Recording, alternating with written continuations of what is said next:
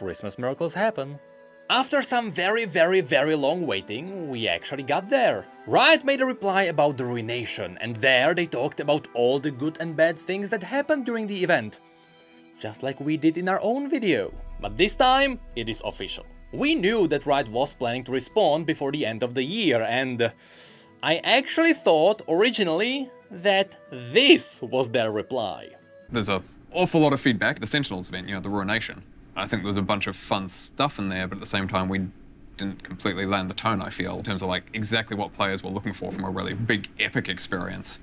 Thankfully, that was not it, and we actually got a full response in the form of a post, and that's what we will have a look at today. So if you did or didn't like the event, don't worry, you might get your answers here, but strap up, because this is gonna be quite the roller coaster.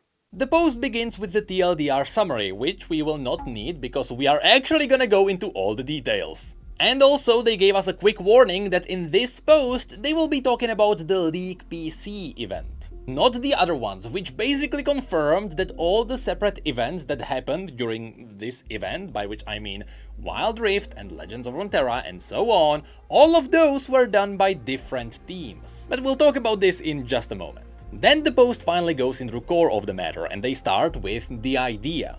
The idea was that Sentinels of Light was the culmination of League's first multi-month event. It all started with the Ruination at the very beginning of the season. It was going to be the biggest expansion of League's lore yet. They were tying together 4 new champions. And they even got skins depicting champions as they appeared during the event. Please remember that sentence. And they were going to push further on the success of Spirit Blossom's visual novel. To give Riot some credit, they did technically achieve all of these things. By which I mean all of those things happened. But they didn't happen in the best way. Sentinels were the finale of months-long event. They did tie together multiple new champions. It was the biggest expansion of League's lore.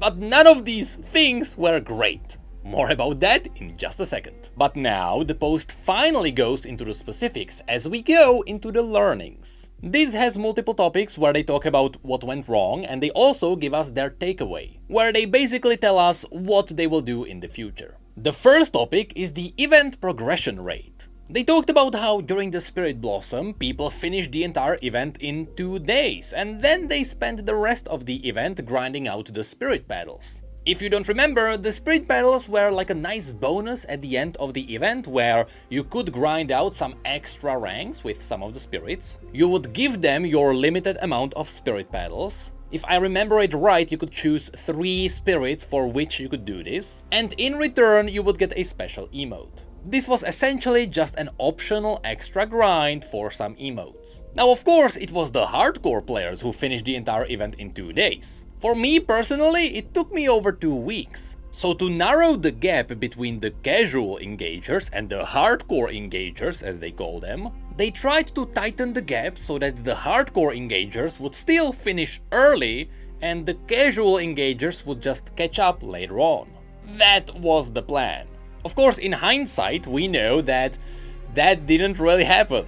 Even the hardcore players struggled to finish every region in time. And I do believe that it was Riot's plan to let the casual players catch up. Because as we got further and further into the event, there were more and more ways to progress faster and faster. So near the end of the event, if someone just started playing, they would still have a chance to finish everything in a few days. Because at the end of the event, it was planned for the event to be really quick. But at the beginning, it felt incredibly grindy. We don't have to go too deep into this, we actually made a 40-minute video about this. I just wanted to say I believe them that this was the plan. I don't think they were evil enough to make the event grindy on purpose so that they could squeeze engagement for their metrics. But yeah, it's obvious they missed the shot by a long one. Anyway, they then admitted that they had to patch the event halfway through, which means that they ruined the entire idea of choosing which region you would progress. They then agreed that the tuning was quite awful, and that slow progression demoralized a lot of players.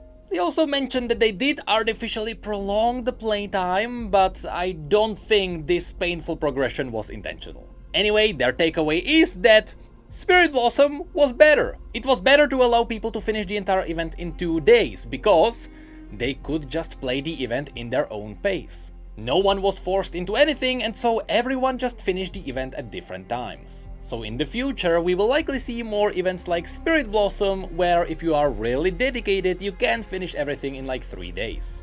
The next topic Riot talked about is gating lore behind gameplay.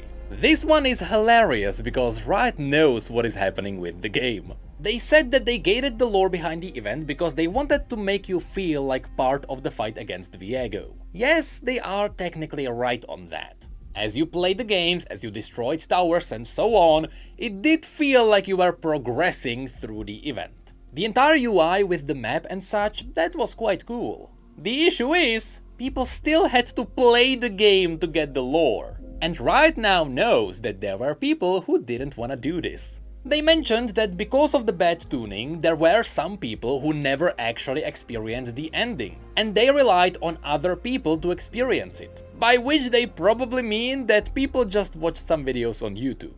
And they then said that gameplay was an undesirable obstacle for lore fans, and it made people hate League even more. This essentially means that people were forced into playing a game which they didn't want to play. And hilariously enough, because this is what we got in the article, this means that Riot knows that there are people who hate the game but they love the lore. It's amazing to see that even Riot knows that some people just don't like the game. The takeaway then says that, simply said, lore shouldn't be gated behind gameplay. There should be other ways to access it. For me, it was fine because of the patch, I was able to finish it because of TFT. The next topic might be the most important one: multiple versions of the story. Once again, they say that they will only address the League PC version, which might be because the Wild Rift version and, technically, Legends of Runeterra were both fine. It's just the visual novel in League PC didn't quite land well, which really dragged everyone else down. They said that as League has grown, they got more and more teams to tell the stories from League's universe.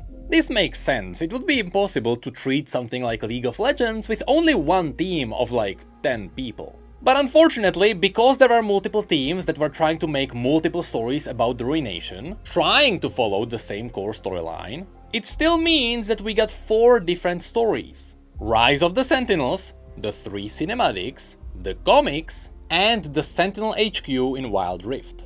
Each of these added different changes to the story to fit their own storytelling. For example, in a comic form, they could do some anime fights. They could also do these in the cinematics, but they couldn't do these in the visual novel, so there we got a lot more talking. That's just an example. Anyway, the important part is that finally, for the sake of clarity, Riot actually gave us the core story as it happened.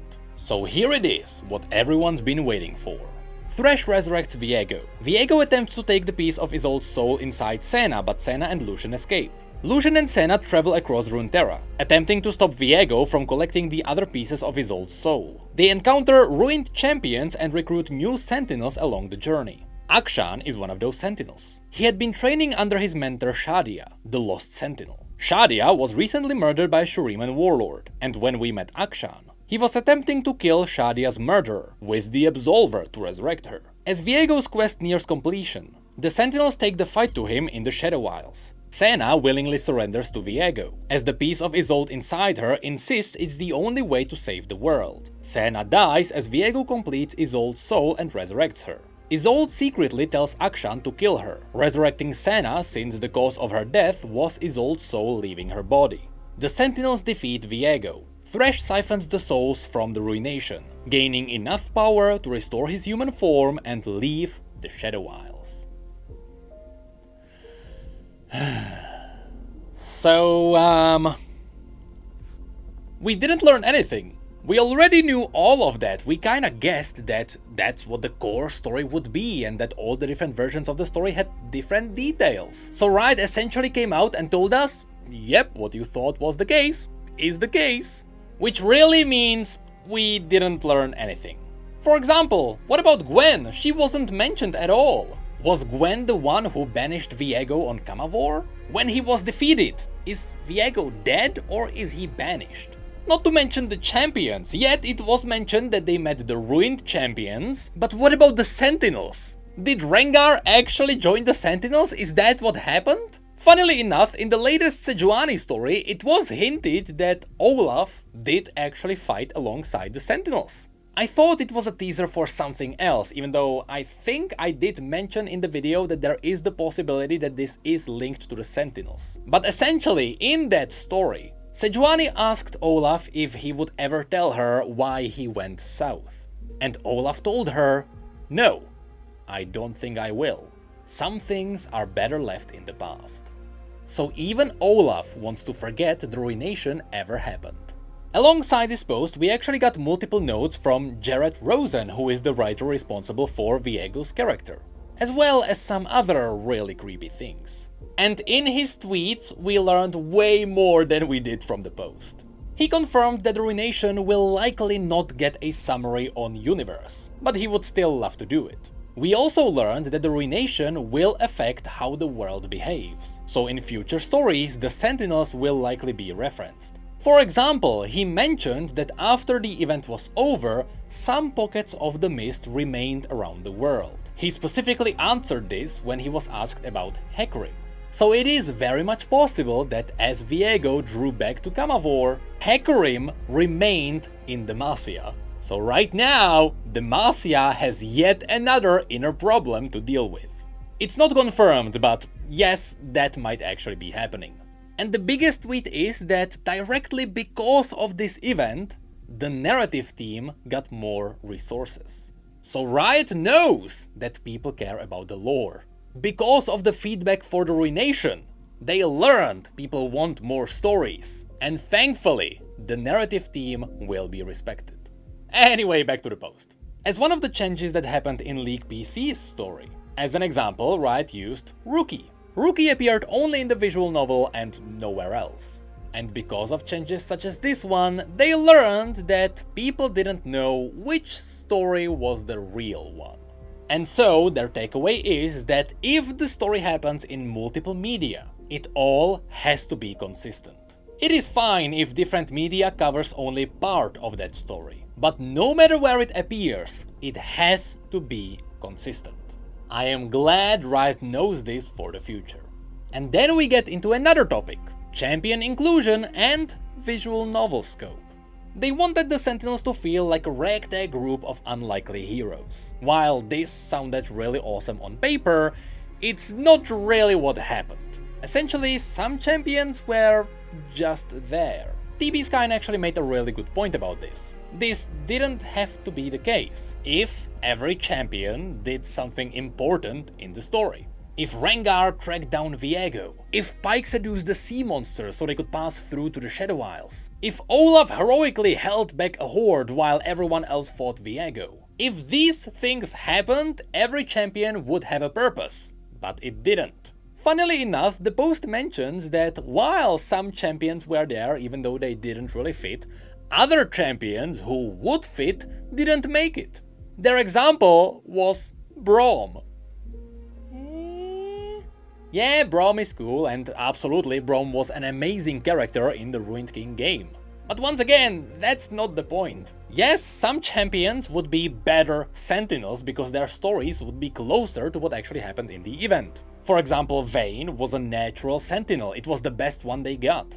Ironically, Yasuo would have been a good one as well. Yasuo's storyline ended with him not really knowing what to do with his own life. And so, him being snatched up by the Sentinels would have made sense. But once again, all of this would have been fine if the champions actually had a purpose. They didn't, and that's why we are where we are. When it comes to the visual novel, they mentioned that most of the experience came from conversations between only a couple of members, which didn't really help the grand scale of the event. This also means that because the story was focused on only a few champions, we didn't get the grand scale. We didn't learn what the leaders of different regions were doing. And we don't know that to this day. What was Swain doing, and what did Jarvan do after learning that Hecarim was knocking on his door? Well, we don't know. And finally, Riot agreed that we didn't get the grand scale of the event because there was only limited time which we had to spend in every region. And they agreed that if they only focused on a couple of champions and if they only focused on a couple of regions, they would have been able to give us a better story. Thank you, Riot, for admitting that. And they also admitted that the Shadow Isles suffered the most from this, because Yorick, Maokai, Hecarim and Kalista were simply not there. Even though these characters are actually the main champions when it comes to fighting Viego. Hecarim and Kalista were his main advisors. Yorick was the character who was written to be Viego's main nemesis. And Maokai just kinda hates Ruination, and so he was really good at making the Ruination fall back. But yeah, that's another topic in the Ruined King game. Simply said, Riot didn't address why these champions weren't actually included. Their takeaway from the visual novel is that visual novels can only go so far. Just like the Council archives during Arcane, they can add flavor, but they can't carry the entire event on their own. That is technically a lie. If you really give the visual novel a lot of resources, it would be able to carry the entire event, but I do agree that putting the entire weight onto the visual novel would be a really bad idea, because it would eat up a lot of resources. So I do agree on that, but I don't agree that the visual novel wouldn't be able to cover the entire event. Though once again they agreed that it would have worked if the visual novel only had a couple of champions and a couple of regions. Essentially, the grand scale was the issue. And then they get into an interesting topic of its own, including Rookie. They know it worked during Spirit Blossom, and they know it worked because Spirit Blossom was focusing on personal interactions. You were creating your own relationships with characters that were not previously established. In Rise of the Sentinels, Rookie interacted with pre-established champions, and he kinda stole their time to shine. In my opinion, that wasn't really the issue. The issue was that you as Rookie could affect how the other champions behaved, which shouldn't really be the case. The champions should simply behave as themselves. Anyway, their takeaway is that faceless characters as a tool shouldn't be assumed by default when working on visual novels. Relationship building does not need to be the focus.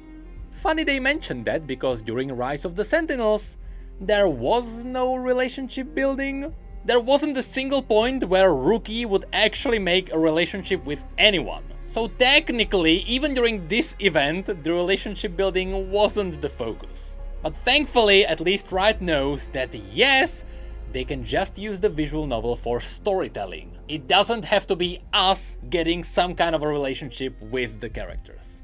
And then they get into another awesome topic, tone. Pretty much everyone knows what happened, so here's what Riot thought. They said that they wanted to give the event some lighthearted moments, and they know they leaned a bit too heavily into that. This spawned new issues. Every now and then, we didn't actually have the option for a serious reply. From a scene to scene, sometimes there were tone problems, where at 1 second people were actually dying because of the wraiths, and in another second Olaf was farting. And they simply said that the Ruination failed at delivering a serious topic. Their takeaway is very simple. When the story calls for it, they should be comfortable with things being dark. Please take notes from Arcane. Everyone expected this to be for children. After all, League is a children IP. Look at what they did. Look at it! Did we need jokes? I don't think so. So stop making Rengar into a kitty. Then there is another quick topic, which is mischaracterized champions. Essentially, this is where everyone goes, my champion wouldn't say that. They mentioned that they are aware that the big examples were Rengar and Pyke. I agree on both, those were actually the worst. And they also mentioned that they accidentally turned Lucian into a dick. He was supposed to be frustrated. They just overdid it. Their takeaway is that even with the event-specific context, champions should always behave like themselves. So don't turn Pyke into a child that literally just wants one thing. Then there is the overly complex metagame. For anyone who actually played the event, yeah, this is where you got to choose the regions. Essentially, Riot said that the player hub was too complex. I don't really agree with it, but I do agree that there were too many unnecessary things in the hub. For example, there was link to the bios, and then there was the diary, which really wasn't needed, and icons for a whole bunch of things. All we needed was the map and the regions. Everything else was not needed. But they also mentioned that the worst thing was that after a couple of games, if you didn't go back to the HQ and you didn't choose the next region, you wouldn't actually progress forward. This was a stupid oversight, but I will check it off as a bug. Anyway, their takeaway is: keep it simple. They won't take the metagame away. That is still fun, but they will keep it simple. And then we got to the finish line of the post. Looking forward. They know that there are things that could have gone better, but they also know that there were some things that went well. I talked about all of those things in our video. So yeah, I do agree, the Ultimate Spellbook was a great game mode. But in the post, they mentioned that this was their first new game mode in years. Maybe they meant year because Nexus Blitz is a thing. Anyway, in the post they didn't mention it, but I will say the music of the event was great and the art was amazing as well. And from a technical side, Sentinels were way better than Spirit Blossom. They had way more characters on screen, they had way more backgrounds, but in the end, it was the story that was the letdown. Riot then also said that they listened to the vast feedback they got, and they know that there is the appetite for more. So they confirmed in bold letters that League of Legends lore events are not dead. And they ended the post with the words: "We hope this post encouraged those of you who were let down by the Sentinels, and that our takeaways line up with the things you would like to see us do better next time. See you in 2022. So in the end, yeah, I'm fine with the post. They basically talked about all the things that we talked about, and they pretty much said, we're sorry. I have to admit, the event was a massive risk, and props to Riot for actually going for that risk and trying it out. Now they know what doesn't work, so next time around, they can focus on the things that do work. No one rises without a failure, so Riot, prove us wrong. But here's my issue with that post. They didn't mention the champions. Even in the lore summary, they didn't mention Olaf or anyone else. So we didn't learn anything new. We still don't know if the champions joining the Sentinels were real. But funnily enough, if you remember the sentence from the very beginning, they mentioned that one of the ideas of the event was to show us what the champions looked like during the event. So if their plan was for the skins to be canon all along, why doesn't Olaf have an eye? This has to be what he wanted to forget in Sejuani's story.